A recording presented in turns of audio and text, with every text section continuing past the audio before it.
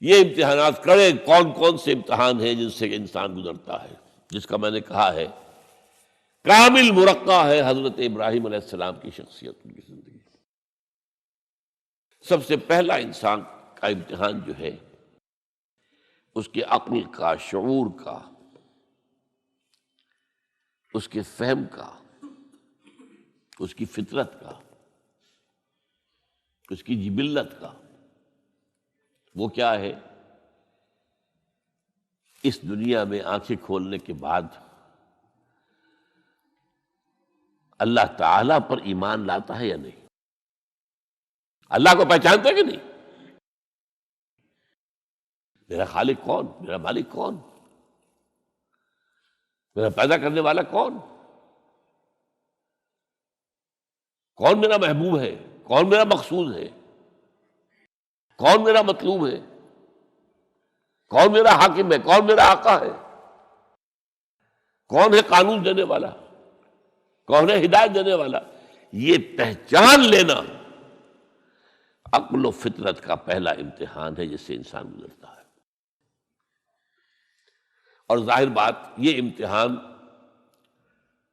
جتنا کسی ماحول میں گمراہی، شرک، کفر کے تہ بر تہ اندھیرے ہوں گے اتنا ہی امتحان سخت ہوگا۔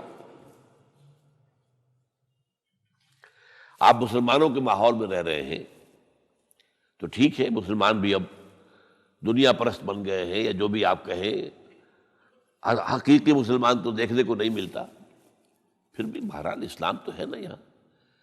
کسی نہ کسی دیکھ کو تو چیز کو تو اللہ یاد آ جاتا ہے، کبھی نہ کبھی تو کسی کی بات ہی دل میں اتر جاتی ہے۔ کوئی اللہ کا بندہ جو ہے خلوص و اخلاص سے کہتا ہے بات اور وہ آپ کے دل میں اتر گئی۔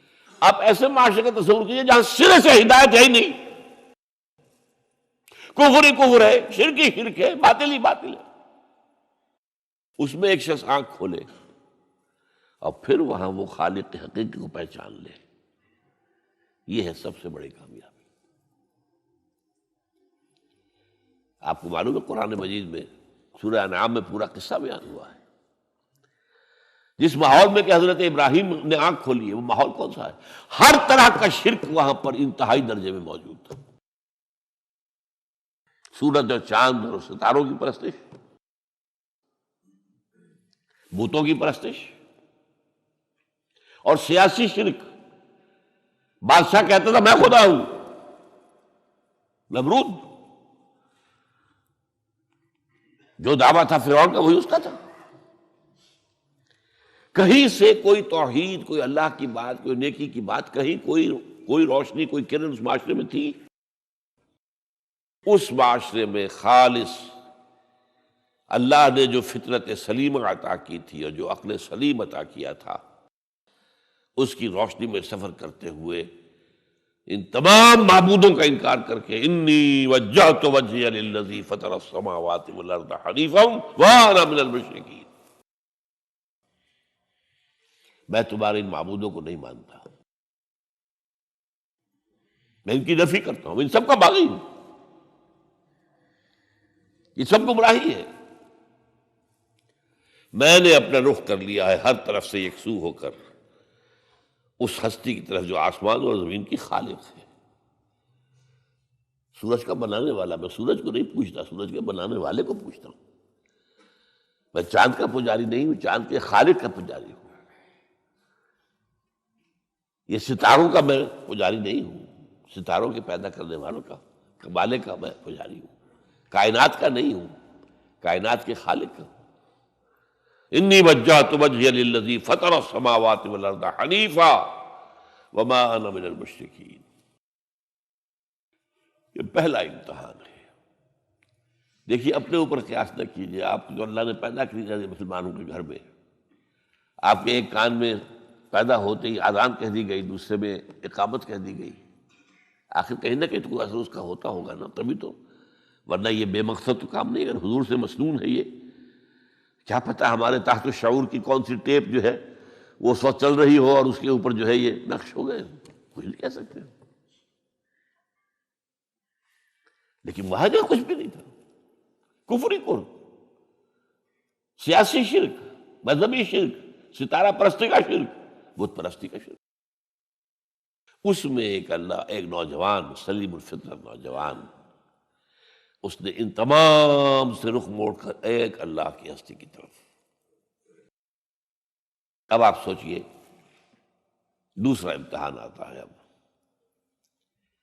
حق پر پہنچ تو گئے، حق پر کھڑے رہنا آسان نہیں ہے۔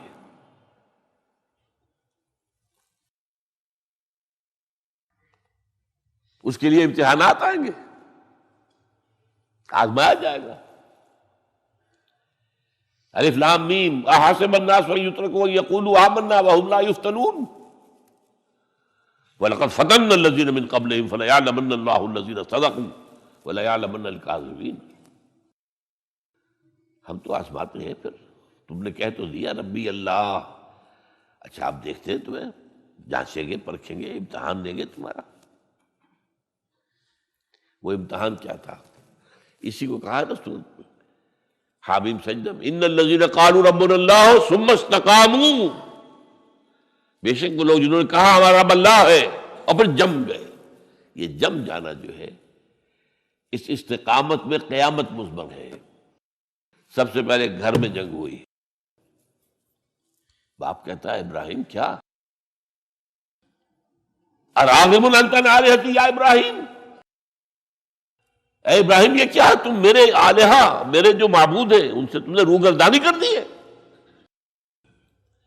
اور ابراہیم سمجھا رہے ہیں یا ابت، ابا جان انی قد جانی من العلم ما لم یاتک فاتبعنی اہدک صراطا سویا۔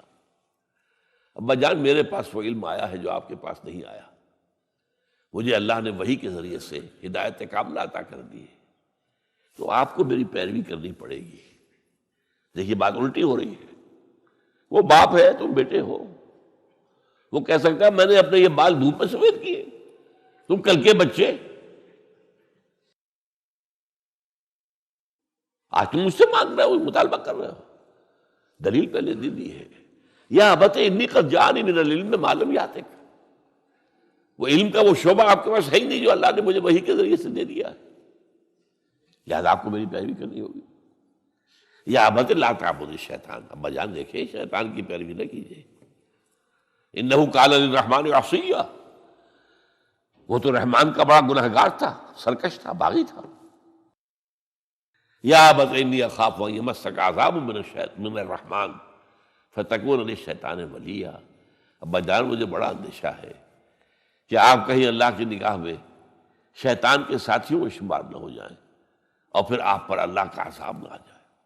لیکن جواب کیا دیا باپ نے؟ اراغب انت عن آلہتی یا ابراہیم لئن لم تنتہ لارجمنک واہجرنی ملیا،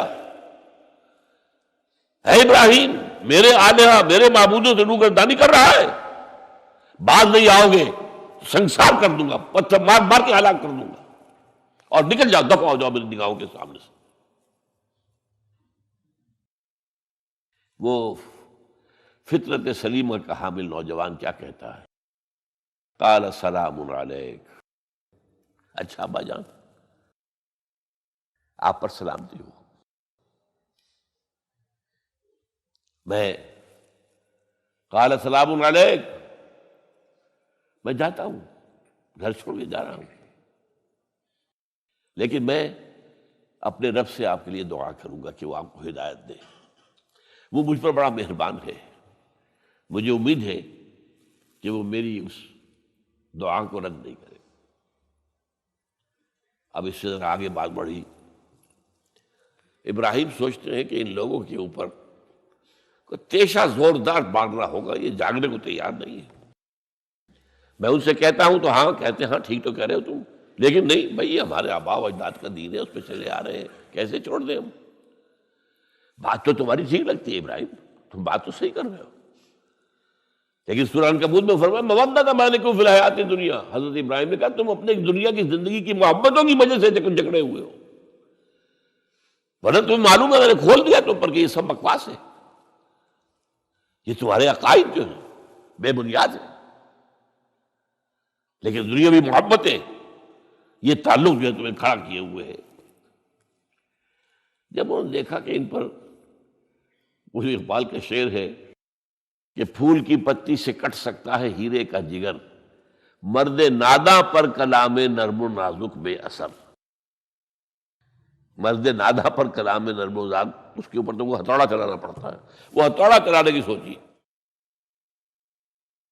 ان کا کوئی تہوار آ رہا تھا جس میں جا کے باہر میدان میں جا کے کوئی پوجا کرنی تھی کسی خاص ستارے کی، اور پورا شہر خالی ہو جانا تھا۔ حضرت ابراہیم نے کہا میری طبیعت تو ٹھیک نہیں، میں تو آپ لوگوں کے ساتھ نہیں جاؤں گا، آپ جائیے۔ سب چلے گئے، پورا شہر خالی ہو گیا۔ اب انہوں نے ہاتھ میں ہتھوڑا لیا، وہ بت خانے میں گھس گئے اور سب بتوں کو توڑ کے چورا چورا کر دیا۔ لیکن طبیعت میں ایک عجیب قسم کا ایک مٹھاس والا مزاح تھا، تو اس ایک سب سے بڑے بت کو چھوڑ دیا اور اس کے کندھے پر وہ تیشہ رکھ دیا۔ اب جو وہ رات کو واپس آئے ہوں گے، آپ سوچئے ذرا، آج بھی ہندوستان کے شہر متھرا میں یا بنارس میں کہیں بتوں کے ساتھ کے کوئی حشر کر دے تو کیا قیامت آئے گی؟ کیا کیا؟ من فعل ھذا بآلہتنا، کون ہے وہ جس نے ہمارے معبودوں کا یہ حشر کیا ہے؟ بہت کچھ کر کے کچھ لوگ ہاں ہم سنتے تھے ایک نوجوان جو ہے وہ کچھ ان کا ذکر کیا کرتا تھا ان بتوں کا کہ ان میں کچھ نہیں ہے، کچھ نہیں ہے، کچھ باغیانہ خیالات کا اظہار کیا کرتا تھا وہ ابراہیم۔ بلاؤ، حاضر کیا گیا۔ یا ابراہیم انت فعلت ھذا، کیا اب تم نے یہ؟ مجھ سے کیا پوچھتے، اس بڑے بت سے پوچھو، اس سے پوچھو، بھائی سارے ٹوٹے ہوئے، یہ سالم کھڑا ہے۔ اور نمبر 2 جسے کہتے ہیں پولیس کی اصطلاح میں آلہ واردات، قتل کیا تھا تو کس چیز سے کیا تھا وہ بھی برآمد ہو گیا، وہ چھری بھی مل گئی ہے، اس پر خون کے دھبے ہی ہیں۔ اور آج تو آپ کو معلوم ہے کہ خون کے قطرے سے بھی پتہ چل جاتا ہے کہ کس کا خون تھا، جینیٹکس کے ذریعے سے۔ تو اس نے کیا ہوگا کہ ابراہیم وکل کے ناخن لو، ان سے پوچھے یہ بات کرتے کوئی؟ اف لکم، تو ہے تم پر، تم پوچھتے ہو ان کو جو بات تک نہیں کر سکتے، جو اپنا دفاع نہیں کر سکتے، جو اپنے آپ کو بچا نہیں سکتے۔ ایک عام انسان بھی دفاع کرتا ہے اپنا۔ فرجعوا الی انفسہم، اب انہوں نے اپنے اندر دلوں کی طرف دھیان کر کے سوچا کہ واقعی ابراہیم صحیح کہتا ہے، لیکن پھر لوٹے، پھر وہ عصبیت، پھر وہ آباء و اجداد کے ساتھ تعلق، پھر وہ معاشرتی نظام۔ انہوں نے کہا بس اس کو قتل کرو، اب اس کو ختم کر دو۔ یہ اس کو فیس کرنا، آپ سوچ لیجیے یہ کتنے بڑے امتحان کی بات تھی، کتنے بڑے جگر کی بات تھی۔ اچھا چونکہ وہاں نظام بھی تھا، بادشاہ کے دربار میں حاضری ہو گئی۔ ابراہیم ہم نے سنا تم ہمارے سوا کسی کو خدا مانتے ہو؟ جی ہاں،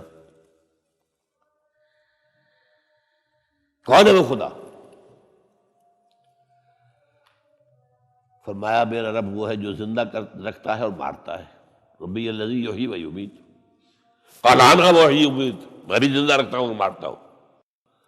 فوراً جو ہے حکم دیا، جیل خانے سے 2 قیدیوں کو بلایا، ایک کی گردن اسی وقت مار دی، دیکھو میں نے مروا دیا کہ نہیں، ہے نہیں میرے پاس اختیار، اور ایک کا جاؤ اسے چھوڑ دیا، تو میں خدا ہوا کہ نہیں؟ حضرت ابراہیم نے سمجھ لیا کہ اب یہ جس قسم کی کچ بحثی میں آ گیا ہے، یہاں بھی کوئی ہتھوڑا چلانا پڑے گا۔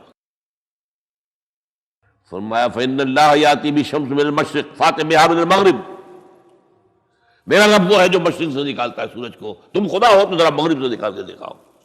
فبہت الذی کفر، تو وہ جو کافر تھا مبہوت ہو کر اب کیا کہ آئیں بائیں شائیں، فبہت الذی کفر۔ لیکن میں یہاں پہ جو زور دے رہا ہوں، آپ اس ہمت، اس قوت ارادی کا اندازہ کیجئے کہ جو ایک بڑے زبردست بادشاہ کے میں سامنے کھڑے ہو کر یہ بات کر رہا ہے، اور ڈٹ کر رہا ہے، آنکھوں میں آنکھیں ڈال کر رہا ہے۔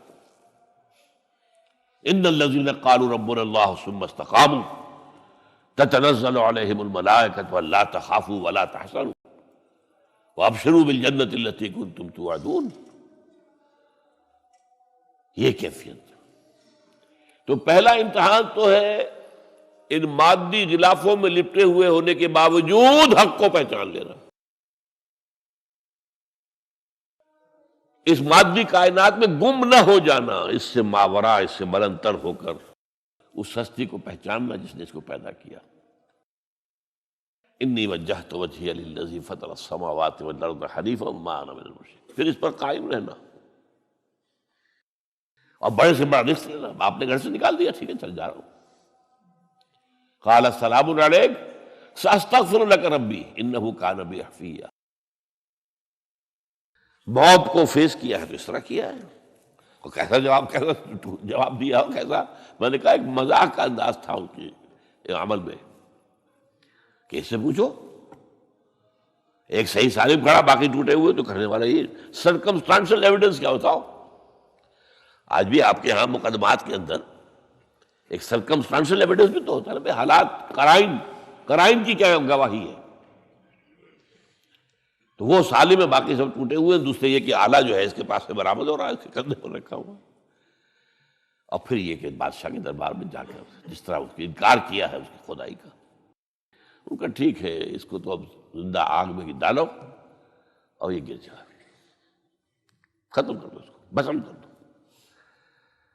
اچھا، اس کے لیے تیاریاں کی گئی ہیں. سورہ صافات میں اس کا ذکر موجود ہے.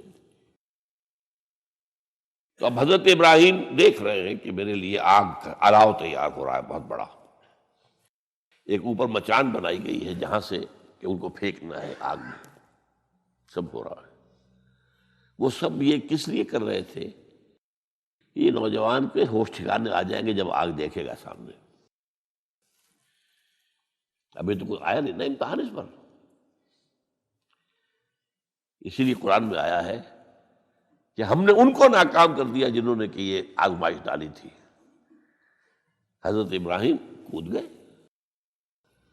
اقبال کہتا ہے بے خطر کود پڑا آتش نمرود میں عشق، عقل ہے محو تماشائے لبے بام ابھی. دیکھیے یہ دو عقلیں ہیں، یہ سمجھ لیجیے. ایک عقل وہ ہے جو پہچان لے، ایک عقل وہ ہے جو آگے چلنے سے روکے. دیکھو جواب ٹھیک نہیں تمہارا، کیا کر رہے ہو؟ اپنی جان سے کھیل رہے ہو، جان سے چلے جاؤ گے. تو عقل جو ہے ایک معنی میں وہ حقیقت کو پہچاننے میں مددگار ہے، اگرچہ منزل تک نہیں پہنچا سکتی.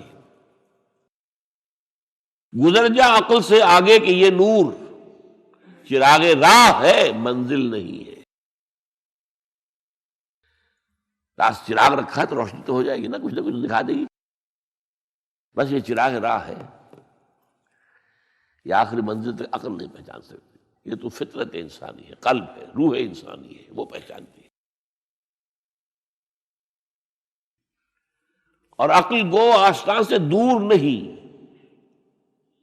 اس کی قسمت میں پر حضور نہیں، حاضری نہیں ہوتی وہاں.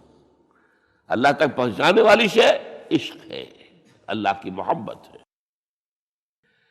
آگے چلنے سے تو عقل روکتی. عقل کا لفظ جو ہے وہ اس سے پہلے یقیناً کئی مرتبہ میں نے یہاں پہ بیان کیا ہوگا. عقل کے معنی ہے روکنے والی. یہ جو سعودیز جو ہے وہ اپنے سروں کے اوپر ایک باندھتے ہیں، کوئی سنہری رنگ کا ہوتا ہے، کچھ ہوتا ہے اس کو اپنے رومال کے اوپر. اس کو اقال کہتے ہیں، اقال.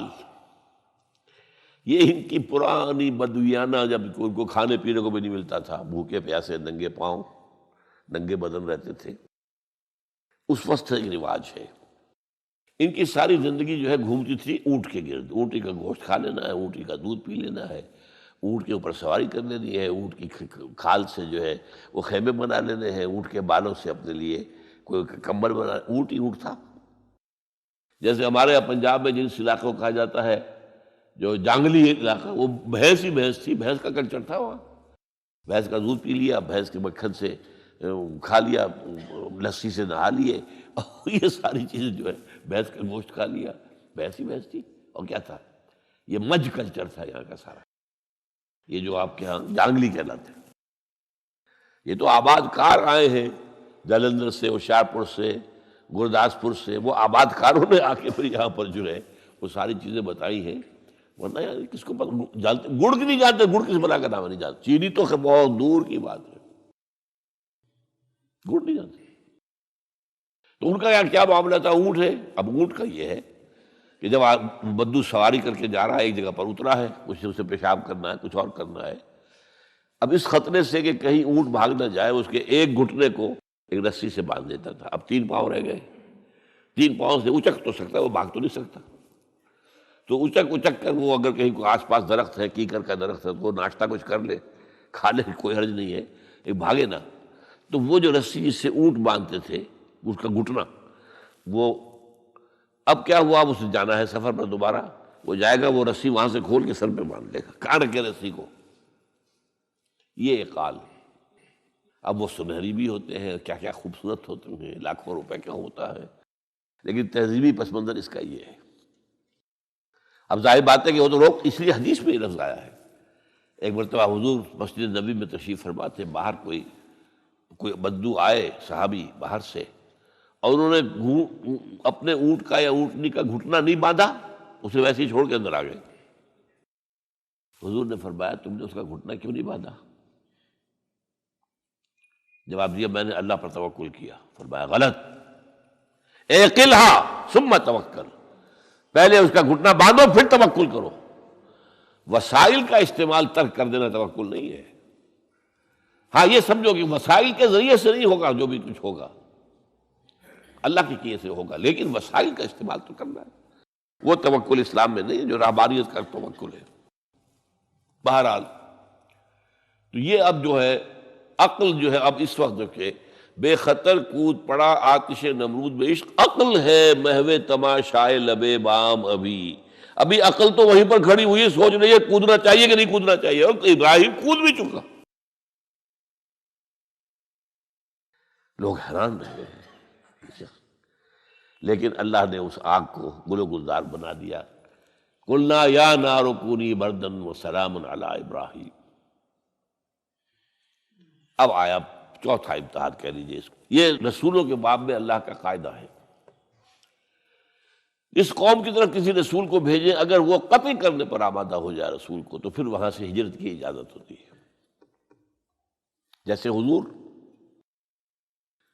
جب دار الندوہ میں فیصلہ ہو گیا کہ اب قتل کر دو محمد کو صلی اللہ علیہ وسلم، اس سے پہلے یہ اندیشہ تھا جب تک کہ ابو طالب زندہ تھے کہ چچا سپورٹ پر ہے ابو طالب، اب بنو ہاشم کا وہ سردار ہے، تو یہ ہماری جو ہے ان فائٹنگ ہو جائے گی، ٹرائبل، انٹر ٹرائبل یا انٹرا ٹرائبل کہنا چاہیے، کہ قریش کے اندر ہی آپس میں جب ہم لڑ پڑیں گے تو ہماری جو دھاک بیٹھی ہوئی ہے پورے عرب میں وہ تو ختم ہو جائے گی۔ A house divided amongst itself can understand۔ یہ وہ چیز تھی جو ابھی تک ان کے ہاتھ روکے ہوئے تھی۔ اب ابو طالب مر گئے، اب جو سردار ہے بنو ہاشم کا وہ ابو لہب ہے، وہ حضور کا وزیر سب سے بڑا دشمن ہے، لہذا فیصلہ ہو گیا۔ تب آپ گئے ہیں طائف اور وہاں سے بھی ناکام آئے ہیں۔ اس کے بعد یہ ہے کہ باقی سب صحابہ کو آپ نے اجازت دے دی چلے جاؤ مدینے، لیکن ابھی آپ منتظر رہے جب تک کہ ایکسپریس پرمیشن نہ آئے، رسول اپنی جگہ چھوڑ نہیں سکتا۔ بہرحال یہ ایک علیحدہ معاملہ ہے کہ اس میں تھوڑی سی خطا ہو گئی تھی حضرت یونس علیہ السلام کے ساتھ، کہ وہ اپنی قوم کے اس رویے سے دل برداشتہ ہو کر غصے کے اندر بھرے ہوئے، یہ ماننے والے نہیں، ناہنجار لوگ چھوڑ کر چلے گئے، اگرچہ اللہ کی اجازت ابھی نہیں آئی تھی۔ یہی وجہ ہے اللہ نے انہیں سزا دی، مچھلی کے پیٹ میں رہے، وہاں وہ استغفار کرتے رہے، لا الہ الا انت سبحانک انی کنت من الظالمین۔ پھر اس ویل مچھلی نے اگل دیا ان کو اور ساحل کے اوپر رہے، اس کا پورا ذکر ہے قرآن مجید میں۔ بہرحال تو یہ اب معاملہ آ گیا وطن کو چھوڑنے کا، لہذا ہجرت کی۔ اب ان قال انی ذاہب الی ربی سیہدین، ٹھیک ہے تم لوگوں کا حال یہ ہے، میں نے تمہیں ہر طرح سمجھایا، نرم بھی سمجھایا، گرم بھی سمجھایا، تمہارے اوپر ہتھوڑے بھی برسائے اور پھول بھی برسائے، تم کسی طرح ماننے والے نہیں ہو، اب تم میری جان کے دشمن بن گئے ہو، تو ٹھیک ہے پھر میں جاتا ہوں۔ انی ذاہب الی ربی سیہدین، رب ہب لی من الصالحین۔ ایک دعا اور نکل آئی اس وقت دل سے، اے اللہ مجھے صالح اولاد عطا فرما۔ 80 برس سے تجاوز ہو چکی تھی عمر، اولاد نہیں تھی۔ آپ کے اپنے خاندان سے تھیں جو اہلیہ تھی سارہ رضی اللہ تعالی عنہ، بانجھ نہیں ہوئی، اولاد نہیں ہوئی، اللہ کی مرضی۔ بہرحال حضرت ابراہیم کے ساتھ ہجرت کرنے والوں میں حضرت سارہ بھی تھی آپ کی اہلیہ، حضرت لوط بھی تھے آپ کے بھتیجے، اور حضرت لوط کی اہلیہ بھی تھی۔ یہ اہلیہ جو ہے لوط کی، یہ مومنہ تھی، یہ ساتھ انہوں نے ہجرت کی ہے۔ بعد میں جب انہیں اللہ تعالیٰ کے حکم سے حضرت ابراہیم نے بھیج دیا سدوم اور عامورہ کی بستیوں کی طرف، تو وہاں شاید معلوم ہوتا کوئی اور شادی کی ہے، وہ کافرہ رہی، اور اس نے جو ہے حضرت لوط کے ساتھ جو ہے خیانت کا معاملہ کیا، وہ ایک علیحدہ معاملہ ہے۔ بہرحال اس وقت جو دعا کی رب ہب لی من الصالحین، اس کے جواب میں اللہ نے فوراً ہم نے اسے ایک غلام فبشرناہ بغلام حلیم، ہم نے انہیں بشارت دے دی ایک بہت ہی بردبار، حلیم الطبع، متحمل مزاج بیٹے کی۔ یہ اسماعیل کی تعریف ہے، نوٹ کر لیجیے گا۔ دوسرے بیٹے ہوئے حضرت سارہ کے بعد میں، ان کو کہا گیا ہے غلام علیم عالم۔ حضرت اسماعیل کے لیے کہا گیا ہے غلام حلیم، بہت بڑے حلیم، متحمل مزاج، بہت بادشاہ۔ اس کا بھی تھوڑی سی داستان بیان کر دوں۔ حضرت سارہ کہاں کے یہاں اولاد نہیں تھی۔ حضرت ابراہیم ہجرت کر کے آئے تھے، کہاں سے پیدا کہاں ہوئے تھے؟ شہر ار، یہ جو عراق کا اس وقت کا سب سے بڑا شہر تھا، صدر مقام تھا، وہاں پیدا ہوئے تھے۔ وہاں سے ہجرت کر کے کہاں آئے؟ شام میں علاقہ، خاص طور پر فلسطین کا جو ہے کنعان، یہاں آ کر آپ نے ڈیرا اپنا جما لیا۔ اور اس کے قریب میں ہی 2 بستیاں تھیں جہاں پر کہ وہ سوڈومی والا معاملہ جو ہے آپ کو معلوم ہے، بدترین جو ہے گندگی تھی ان کے اندر، جہاں حضرت لوط علیہ السلام کو بھیجا۔ پھر انہوں نے ایک سفر کیا مصر کا، اس کی وجہ بھی سمجھ لیجئے۔ مصر میں اس وقت جو خاندان حکمران تھا وہ عرب تھا اصلاً، وہ مصری نہیں تھے، وہ فرائضہ نہیں تھے، وہ مصر کے تھے، عرب سے آ کر لوگوں نے قبضہ کیا تھا۔ تو حضرت ابراہیم وہاں گئے، وہاں ان کی بڑی پذیرائی ہوئی۔ ایک حادثہ سا بھی ہوا کہ یہ اندیشہ تھا کہ کہیں حضرت سارہ بہت خوبصورت تھی، تو کوئی بادشاہ جو ہے، وہ بادشاہوں کے اپنے انداز ہوتے ہیں، تو کوئی جو ہے کوئی غلط حرکت نہ کرے۔ تو کہا کہ سارہ سے کہا کہ میں جب یہ مجھ سے پوچھے گا یہ کون ہے تو میں کہہ دوں گا میری بہن ہے، نہیں میں کہوں بیوی تو پھر تو وہ کہے گا ٹھیک ہے پھر یہ اب میں لیتا ہوں اس کو، بہن ہے۔ بہرحال اس میں جو بھی ہوا، اللہ تعالیٰ نے حضرت سارہ کی عزت بھی بچائی۔ وہ معجزہ دیکھا حضرت ابراہیم کی طرف سے جو اللہ نے پیش کیا، جیسے حضرت سارہ کو مصر کے بادشاہ کی اس غلط نیت سے بچائے رکھا۔ پھر اس شخص نے جو ہے اپنی بیٹی ہاجرہ یہ خدمت میں پیش کی۔ یہ ہاجرہ کنیز نہیں تھی، یہ اصل میں یہودیوں نے مشہور کر دیا ہے۔ یہودی کہتے ہیں کہ اصل بیوی تو تھی حضرت سارہ، اور سارہ کے ہاں اولاد بعد میں ہوئی ہے، وہ ہے اسحاق کے بیٹے ہیں یعقوب کی اولاد ہم ہیں، تو اصل تو ابراہیم کی اولاد ہم ہیں۔ ہاجرہ جو ہے تو کنیز تھی، لوڈی تھی، لہذا اس کی وہ عزت ہی نہیں، اسماعیل تو وہ عزت ہی نہیں، اسماعیل کا وہ مقام ہی نہیں۔ یہ یہودیوں کا قول ہے، لیکن وہ اصل میں کنیز نہیں تھی، وہ بیٹی تھی، شہزادی تھی۔ بلکہ تاریخ نے اپنے آپ کو پھر دہرایا ہے کئی ہزار سال بعد۔ حضور نے صلح حدیبیہ کے بعد جب خطوط لکھے ہیں دعوتی بادشاہوں کے نام، شہنشاہ ایران، شہنشاہ روم، مقوقس مصر، نجاشی حبشہ، خطوط لکھے، تو مقوقس جو ایک طرح کا بادشاہ تھا، پیٹریارک تھا، جو الیگزینڈریا کا، اس نے اکرام کیا حضور کے جو سفیر تھا، ان کا بڑی عزت کی، احترام کیا، اور پھر حضور کی خدمت میں 2 جو ہے خواتین کو بھی بھیجا، اب اس زمانے میں یہی رواج دنیا کے اندر چلتے تھے. اور یہ گھوڑا بھیجا دلدل، وہ جو حضور صلی اللہ علیہ وسلم کا بہترین گھوڑا تھا. تو انہی میں سے ایک کنیز جو ہے ان سے حضور نے نکاح کیا، ماریہ قبطیہ. اور ماریہ قبطیہ سے اللہ نے اولاد دی حضور کو عمر کے آخری درجے میں. حضرت ابراہیم نام رکھا ان کا. نوٹ کیجیے، سائیکل مکمل ہو رہا ہے. ابراہیم گئے تھے مصر، وہاں سے ہاجرہ آئی اور اس سے اسماعیل ہوئے، اسماعیل سے یہ ساری نسل چلی، محمد پیدا ہوئے. محمد کے نکاح میں پھر مصر سے آئی ہوئی ایک خاتون آئی ہے ماریہ قبطیہ، ان سے جو پیدا ہوئے ان کا نام ابراہیم رکھا. تو یہ گویا کہ یہ ایک عجیب سائیکل ہے. بہرحال لیکن جب حضرت سارہ نے دیکھا کہ میرے ہاں تو اولاد نہیں ہو رہی، تو حضرت ابراہیم سے کہا کہ میں آپ ہاجرہ کے ساتھ آپ جو ہے ذر و شوقت معاملہ قائم کر لیجئے، تو اللہ آپ کو ان کے ذریعے سے اولاد دے دے. مجھے تو امید نہیں ہے کہ میرے ہاں اولاد ہو.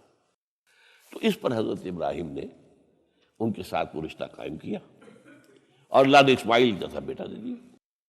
اب اللہ تعالیٰ نے حکم دیا ہاجرہ اور اپنے اس بیٹے کو لے جاؤ اور جاؤ وہاں بواد غیر ذی زرع،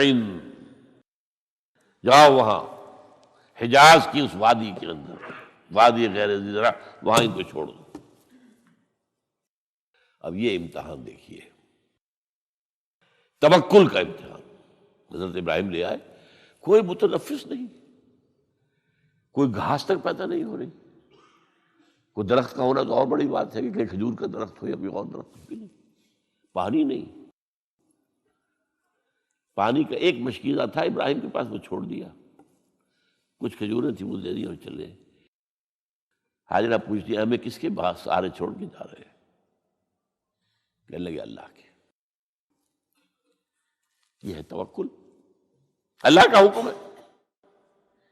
دعائیں مانگ مانگ کر رب ہب لی من الصالحین فبشرناہ بغلام حلیم.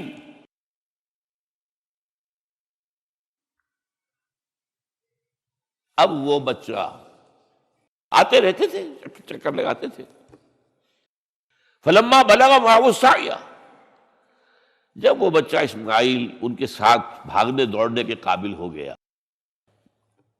کاموں میں ہاتھ بٹا رہا ہے، 13 برس کی عمر ہو گئی ہے، نوجوان. اب اندازہ کیجئے 100 برس کی عمر، بوڑھا آدمی، اولاد اب تک ہوئی نہیں تھی. ایک اولاد مانگ مانگ کر دعا سے اللہ سے لی ہے. اب آخری امتحان آتا، اس سے آگے کوئی امتحان نہیں ہے. اس بوڑھے شخص کی نخل تمنا ہری ہو رہی تھی اپنے بیٹے کو دیکھ کر. فلما بلغ معه السعي قال يا بني اني ارى في المنام اني اذبحك فانظر ماذا ترى. کہتے ہیں حضرت ابراہیم بیٹے میں مسلسل دیکھ رہا ہوں خواب میں کہ میں تمہیں ذبح کر رہا ہوں. تو دیکھو غور کرو تمہاری رائے کیا ہے. نبی کا خواب بھی وہی ہوتا ہے، اس میں کوئی شیطنت جو ہے، کوئی شیاطین جن و انس کی کوئی مداخلت نہیں ہو سکتی. پھر یہ کہ پے بپے 3 دن یا بنی انی اری فی المنام انی اذبحک فانظر ماذا تری. اب جواب سنیے، وہ حلیم، یا ابت افعل ما تؤمر ستجدنی انشاءاللہ من الصابرین. ابا جان کر گزریے جو آپ کو حکم ہو رہا ہے. تومر ابرتا نہیں، تومر حکم ہو رہا ہے. جب 3 دفعہ آپ کو یہ حکم ہو گیا اللہ کی طرف سے تو پھر دیر کاہے پہ. یا ابت افعل ما تؤمر ستجدنی انشاءاللہ من الصابرین. آپ مجھے انشاءاللہ صابر پائیں گے. یہ وہ صابر اور حلیم ہونے کی شان ہے، جان دینے کے لیے تیار. اب یہاں بھی دیکھیے کہ یہودیوں نے اتنی تحریفیں کی ہیں.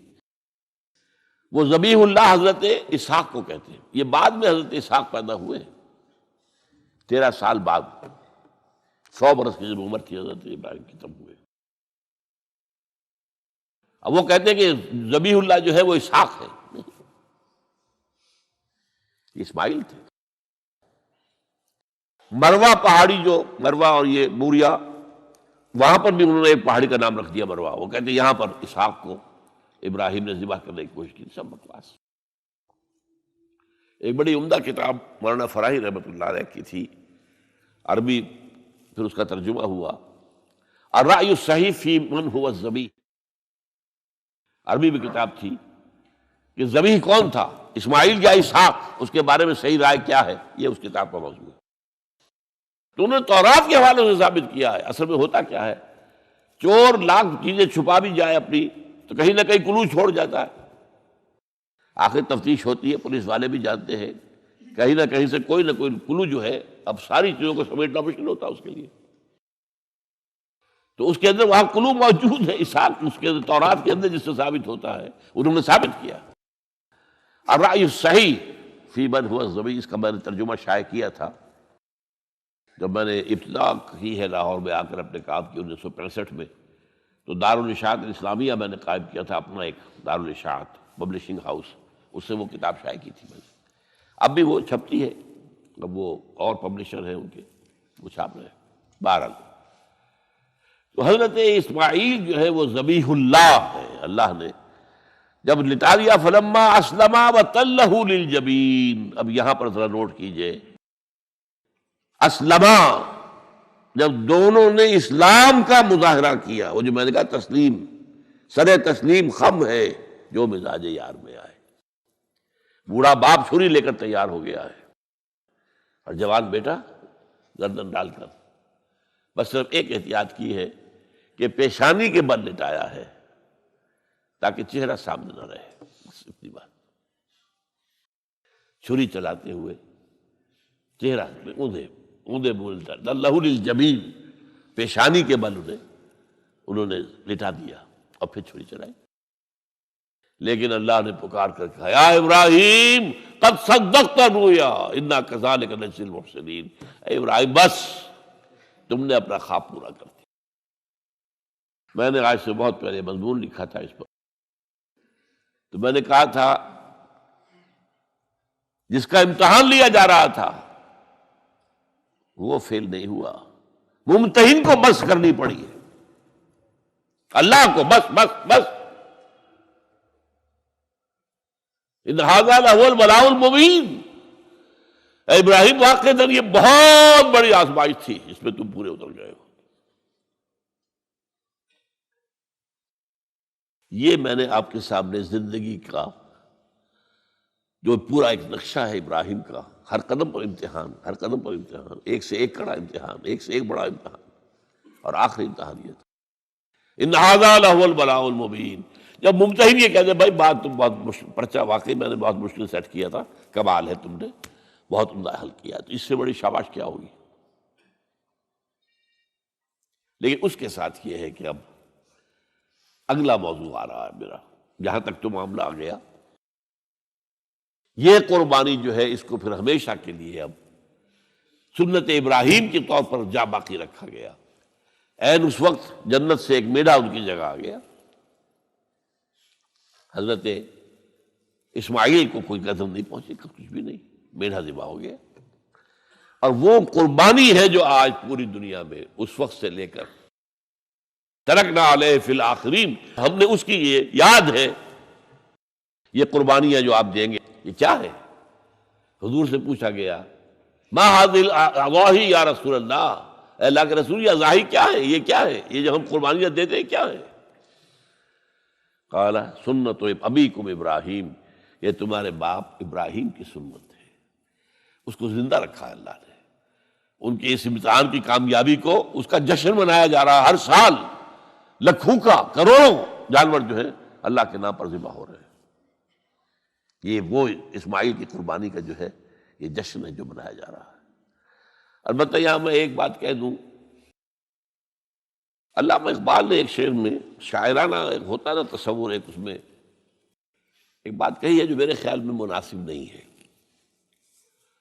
شعر تو بہت اچھا ہے، غریب و سادہ و عجیب، غریب و سادہ و رنگی ہے داستان حرم، نہایت اس کی حسین ابتدا ہے اسماعیل. یہ بہت سے لوگوں کو بہت شعر پسند آتا ہے، خصوصاً شیعہ بھائیوں کو تو بہت ہی پسند آئے گا، کہ وہ جو قربانی اسماعیل کی ہو رہی تھی اور نہیں ہوئی تھی وہ قربانی ہے جو حسین کی ہوئی ہے کربلا کے اندر. تو غریب و سادہ و رنگی ہے داستان حرم، نہایت اس کی حسین، ابتدا ہے اسماعیل. میں کہتا ہوں اس میں تو کوئی چیز جوڑ کھانے والی ہے ہی نہیں. اسماعیل کو ذبح کرنے والے کون تھے؟ رسول، امام الناس، خلیل اللہ، ابو الانبیاء. اور حسین کو ذبح کرنے والے کوفی، یزیدی، زیادی. نمبر 2، اسماعیل تو ذبح نہیں ہوئے، حسین تو ذبح ہو گئے، کیا مناسبت ہے؟ نمبر 3، حضرت اسماعیل نے تو خود ہی گردن ڈال دی تھی، حضرت حسین تو لڑتے ہوئے ماشاءاللہ بہادری کے ساتھ لڑتے ہوئے جان دیے اور انہوں نے ایسے تو نہیں گردن ڈال دی تھی. تو کوئی مناسبت نہیں ہے، تو کوئی نہ کوئی تو مناسبت ہونی چاہیے نا. تو اس کی میں نے ترمیم کی ہے ایک، اور علامہ اقبال سے جب اگر اللہ نے آخرت میں ملاقات کرائی تو بتاؤں گا، وہ بھی شاید مان لیں گے میری بات کو، کہ غریب و سادہ اور رنگی ہے داستان حرم، نہایت اس کی ہے عثمان، ابتدا حابیل. یہ حابیل اور قابیل دو بھائیوں کا معاملہ ہوا تھا، دونوں نے قربانی پیش کی. قابیل کی اللہ نے قبول نہیں کی، حابیل کی کر لی. غصے میں بھرا ہوا قابیل نے کہا میں تمہیں مار دوں گا، ہلاک کر دوں گا. انہوں نے کہا بھائی جان اب یہ تو اللہ کا کام ہے، کس کی قربانی اس نے قبول کی کس کی نہیں کی. اللہ تو قبول کرتا ہے متقیوں سے. باقی اگر آپ اپنا ہاتھ اٹھائیں گے مجھے قتل کرنے کے لیے، میں اپنا ہاتھ نہیں اٹھاؤں گا. میں تو یہ چاہوں گا کہ آپ اپنے گناہ کا بوجھ بھی لے جائیں، میرے گناہ کا بوجھ بھی آپ ہی لے جائیں. مجھے قتل کریں گے مظلوم حالت میں تو میرے سارے گناہ بھی آپ کے کھاتے میں پڑ جائیں گے. تو میں تو کامیابی اسی کو سمجھتا ہوں. یہ تو آدم کے 2 بیٹوں کا معاملہ ہو رہا ہے کہ نہیں، یہی تو معاملہ ہوا حضرت عثمان کے ساتھ. لاکھوں مربع میل کی حکومت تھی ان کی، لاکھوں فوجی موجود تھے. یہ جو تھے گنتی کے چند لوگ آ گئے تھے شریر، عبداللہ ابن سبا کے پیروکار، وہ تو اجازت اگر دیتے تھے شام سے مصر سے فوج تیار کھڑی ہے اور اجازت مانگ رہی ہے کہ آپ اجازت دیجیے ہم آئیں ان کا قلعہ کعبہ. نہیں، اجازت نہیں دے رہے. نہیں، اتنی بڑی بات ہے یہ کہ حضرت عثمان کہتے ہیں کہ میں کسی کلمہ گو کا کے خون سے اپنا ہاتھ رنگنا نہیں چاہتا. یہ کچھ بھی ہے، کلمہ گو تو ہے. اپنی جان بچانے کے لیے کلمہ گو کی جان لے لوں. جب یہ مجھے مار دیں گے پھر تم ان سے قصاص لینا، یہ پھر تمہارا کام ہوگا، میرا مجھ سے کوئی تعلق نہیں. تو وہ ہے کہ جو اصل میں جن کو پھر شہید کیا گیا، اور قابیل نے حابیل کو شہید کیا.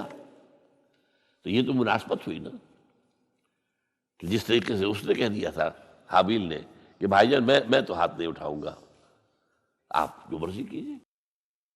اسی طرح حضرت عثمان نے کہا میں ہاتھ نہیں اٹھاؤں گا، میں کلمہ گو کا کسی کا خون اپنے گردن پر نہیں لینا چاہتا. ہاں یہ جب مجھے قتل کر دیں گے پھر تم قصاص لے لینا، یہ اللہ بات ہے. تو میں نے اس شعر کو یوں کیا ہے. اب غریب و سادہ و رنگی ہے داستان حرم، پہلا مصرع تو یوں کا تو ہے، نہایت اس کی ہے عثمان، ابتدا حابیل. حضرت اسماعیل تو ہوئے ہی نہیں، نہ شہید ہوئے نہ ذبح ہوئے، وہ تو ہوئے ہی نہیں، واقع نہیں. وہ تو ایک امتحان تھا جو اللہ نے لیا اور چھری نے کاٹا ہی نہیں.